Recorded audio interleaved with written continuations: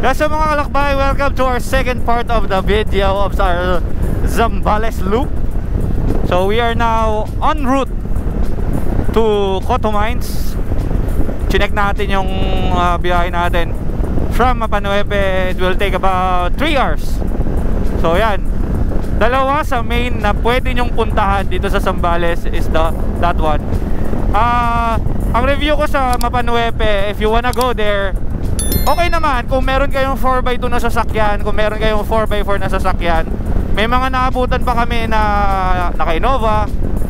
So ako, ang payo ko siguro pagdating sa ganon is just follow the trail, follow the tire tracks para hindi na kayo mahirapan. Kasi merong mga lugar doon na it may look na hindi malalim o hindi lumulubog yung sand, pero teka, natigilan ako, ganda oh. Parang ganyan yung dinaanan natin. So it may look like na hindi siya lulubog, pero don't try. Kasi kami nga nakamotor, nahihirapan, lumulubog yung motor namin doon. So yun nga, meron siyang dalawang way. Mas better kung first timer kayo, mag ano kayo ng guide. Yan. So ngayon, Coto Mines, meron na naman tayong trail mamaya going inside Coto Mines. Kasi pagkakaalam ko is you will trek for 30 kilometers. Pero yun naman ay hindi buhangin, kung hindi loose gravel. So like this one, yan o, mga yan, loose gravel yan. So we just passed sa Narciso. Hindi ko alam kung anong bayan na yun. Sa Narciso, shoutout sa kapatid ko, shoutout sa mga share natin dyan sa PMMA. Yan, so yan, sinasabi ko nga lagi, bili ka na ng big bike para next in line ka na. O yan, ewan ko, ito yata yung papuntang Iba. Yan, sa Liwliwa. Nag-enjoy ako doon. Tsaka may wifi, mga kalakbay, yung Mapanuepe. You can avail the wifi. Kaya yun kasi yung inaano namin para makapag-update. Kaya doon kami doon kami nagstay. Hindi na kami nagliwliwa. Mas masaya kasi mas solo namin yung lugar, mas chill. Tsaka kung ano pala, magdala na kayo ng food, ng lulutuin. Kasi para kayo na rin mga panluto. Talagang total camping experience. Siyempre, added cost pag doon kayo nagpaluto sa kanila. Kaya sa mga kalakbay, baybayin lang natin to 3 hours. So parang yung binayahin natin from Manila to Olongapo, parang ganun. Manila to Zambales, 3 hours din. Layo din pala, kala ko lapit lang. Ayan, okay. Kasama ulit natin Julius and Paul. Sana makaride din natin si GPL soon. Kuya Japoy. Yan, looking forward tayo dyan, mga kalakbay. This is the adventure era. Adventure era ng Tito Lyle ano na to, Tito Lyle era. Masaya na ako sa ganito. Sobrang nag-enjoy ako kahit sumesep lang ako ng gano'n sa lahar. Yan, sigurado, babalikan yan. O yan, let's go, baybayin natin to. Safe lang, alright. Bamba mo, dali. Bamba mo. Konti lang ha, dito. Sige. Pabili ka. Per. Yun o, shoutout kuya. Yun o. Shoutout po. Yan mga kalakbay, nandito tayo ngayon sa munisipyo ng Masinloc. So before you go papasok sa Coto Mines, kailangan nyo muna magbayad dito sa munisipyo para sa parang environmental fee yata. Kasi yung iba daw, karamihan is dumidiretso na pero hindi sila nagbabayad. So may ganun daw na nangyayari na bumabalik pa sila after a while na nandun na sila sa taas. Yan, so bayad muna tayo. And so kailangan nyo lang magbayad ng 130 per head bago kayo pumasok. Hello po.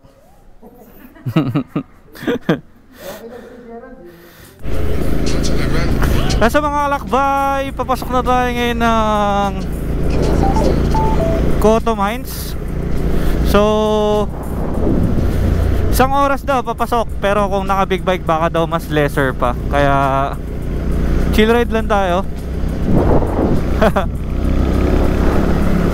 Saka in fairness, ganda ng kalsada. So yun nga, nagbayad muna tayo sa munisipyo ng 130-60 lang pala pag local. Okay, support to para sa Masinloc. Kaya bayaran nyo yung mga environmental fee nyo. Yan. So malayo-layo pa rin siya from the road mismo. At least to, hindi na tayo mahihirapan katulad kahapon. Nahirapan tayo sa Lahar edition ng ating trail. So at least na-experience natin parehas. Experience natin parehas ng trail. Merong lahar, merong bato. Ngayon bato eh. Laking tulong din na magaling tong dalawang mentor ko. So nagtanggal na rin tayo ng jacket. Shoutout pala sa aking napakagandang damit, Os Racing. Baka naman. Kaya mga kalakbay, dito nyo ibibigay yung ginawa nyong permit kanina dun sa munisipyo. Bibigay nyo yan dito sa gate nila. So namali kami ng una, umigot kami. So yan, at least ito na yung sure way. Let's go.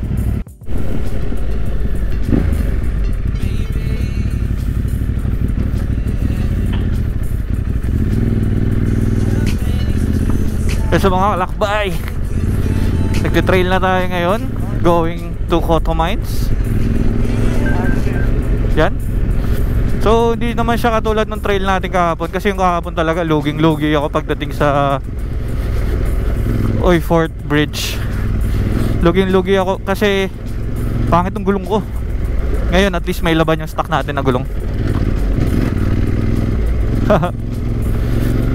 Pero I trust naman yung suspension nitong QJ. Naka KYB shock naman tayo.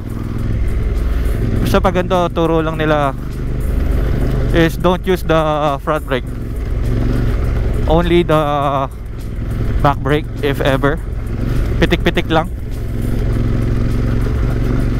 tayo. Parang ito na rin yung dinaanan natin kanina na yung dinaanan natin na nung packet tayo galing Mapa Nueve. Parang ganito na rin yung nya, terrain. Sheesh. Sorry nog. Pero sayang, kailangan natin magamit ang iyong capability to do off-road. Woo! Alog kung alog. Sarap. May unting wisik. Kaya. Hop ya.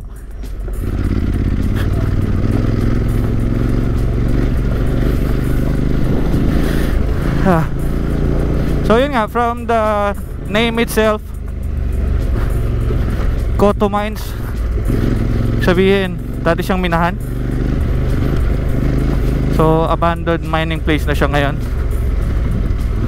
Uy, may kalsada. So kaya papunta yun? Shit. Malapit-lapit na tayo. Shit, so mga kalakbay, nag-stop muna tayo dito for first viewpoint. Lapit na tayo, yan o. So meron yatang diving spot dito. Ito yata yung ito yung tinuro ni GPL. Ito yung tinuro niya. Ito yung inano ni GPL. Yung parang may diving spot. Ang diving spot yan? Yung binaba niya sa vlog niya. Pesyo. So ganda mga kalakbay. Si Ride with GPL mga kaibigan, mga kalakbay. Ayan, siya yung nag-post niyan dito. Hidden spot, parang diving spot. Pero mababaw lang kaya carry. Solid. Sarap mag-trail. Di ako tatakot gumagano. Ayun so I think malapit na kasi, lapit na ng ilog ng tubig. May mga 4x4 din. Ayun shout out. Hanep, di ako natakot. Lakas mo, nog. Let's go. So mga kalakbay, ito yung naging aberya natin ngayon. Tumulo yung rear oil shock natin. Yan, so naubos na yung yung oil niya. Sabi naman ni Brother Jake, may uwi naman pero wala na siyang play. Okay lang. Sige. Tara, dito na rin tayo eh. Tara, puntahan na lang natin yan. Let's go. Yan mga kalakbay, nandito na tayo ngayon sa parang yung dating city. Ayun na, pakit na tayo sa Cotto Mines. Ito na yung papasok mismo. So parang less than 1 kilometer. Less than 1 kilometer na lang yung titirahin natin papasok ng ano. Basta may mga swimmingan. Yung kids na yun, parang siguro yun yung Cotto Mines kids na kiddie pool. Kasi may pwede kang mag-swimmingan dito na pambata. Yan. The ride must go on. Ganun talaga. 150 meters na lang. Oh, 150 meters na lang, sabi ni kay Julius. Let's go. Hindi naman na ganun kalala yung ano eh. Dahan-dahanin na lang natin palabas mamaya yung motor. Alright, let's go. Kaya sa mga kalakbay, nandito na tayo ngayon sa Cotto Mines. Shit. Hindi ko alam kung maraming tao eh, pero parang madami. Dito na ba tayo, kuya? Kay Jules, dito na ba tayo? Oo. Okay. So hanap na lang tayo ng space. Oh, sandaling swimming, tapos biyahe na rin tayo pa. Okay na? Okay, tara, hanap tayong pwesto. Let's go. Guys, sa mga kalakbay, nandito na tayo ngayon sa Cotto Mines, or mas kilala bilang Happy Sunshine Camp, sa palabas ni Gerald at ni Pia. Words pa. So yan oh. Hey. So yun yung sa movie, yun yung ano, yung parang admission office. Tapos ito yung ginawa nila ng mga tulugan. Yan ah, diba? Ayos. Yun na rin pala, next time try natin mag-overnight dito. Grabe lang din talaga yung lubak papunta. Enjoy na ako eh, kaso tangin na yung bigla na lang tumulo yung shocks natin sa likod. Tapos shocks na lang ako. Yan. So hindi naman din ganun karaming tao. Or siguro yesterday, kasi Saturday, ngayon uwian na yung mga tao, kaya onti na lang din. Kaya so ngayon puntahan natin yung sikat na kids pool kung saan tumatalon. Talon tayo kasi para mawala yung mga stress. Cotto Kids Pool yan. Alright. Ito mga kalakbay, dito tayo sa swimming area ng Cotto Mines yun. May diving board oh. Kung lalim doon yan, 20 feet. Tapos meron pa dun sa kabilang side. Papunta natin. Ganda! Pag ganun sir ha. Wag pa ganun. Kasi baka tumama yung ulo mo. Pag ganun. Maana lang. Lupit. Ay! Ayos. 20 feet daw yan mga kalakbay. Linaw ng tubig. Kitang-kita nyo.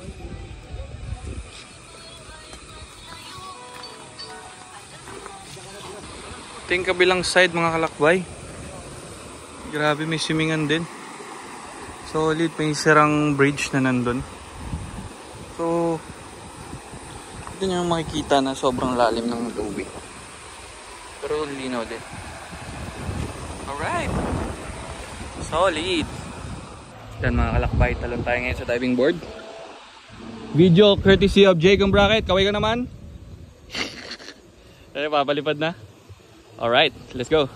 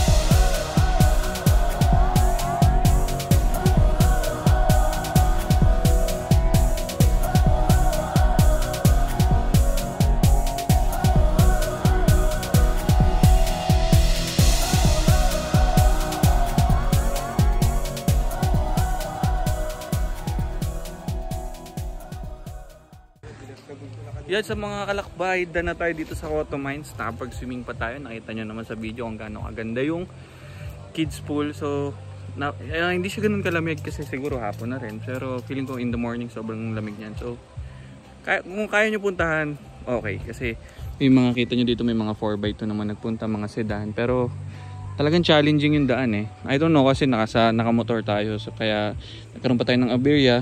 Pero kung kotse ka, kayang-kaya naman. Yan, so sobrang solid tong Zambales loop natin. So sana maulit, no? Kuya Jules. Sama na si Kuya Julius. Yan. Kuya Paul, maulit, no? Uulitin. So yan mga kalakbay, pakita ko lang sa inyo ulit yung itsura ng Cotto Mines sa hapon. Napakaganda, chill. Pwede kayong mag-camp dito kung gusto nyo.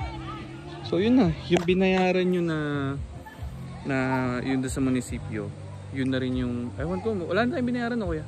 Hindi mo na 4 na beses i-check yung ano. Ayun, 4 na beses i-check yung, Hindi ka makakaligtas. oo, yung binayaran nyo sa munisipyo. Kaya if ever ma-check na kayo sa first checkpoint, wag nyo itatapon yung papel kasi kakailanganin nyo yun for the next 3. Saka huwag kayo maniwala dun sa 7 tulay. 17. Para 17 yung tulay na dinaanan namin. Kaya yan. Yan, so mga kalakbay, if you're new to my channel, please like, comment, and subscribe. And ring nyo na yung notification bell para updated kayo sa mga lakbay natin na ganito. Yan. So mga kalakbay, nag-abirya man tayo pero simula pa lang to ng ating adventure era. So adventure era natin. Sigurado yan, marami pa tayong mapupuntahan. Hindi lang dito sa Luzon. Sana. So yan, nagpaplano-plano na. Sana matuloy. Available tayo, kayanin natin yan. So mga kalakbay, hoping tayo dyan. So abangan nyo yan mga kalakbay. Kaya yan mga kalakbay, don't forget to stay safe and peace out. Oh!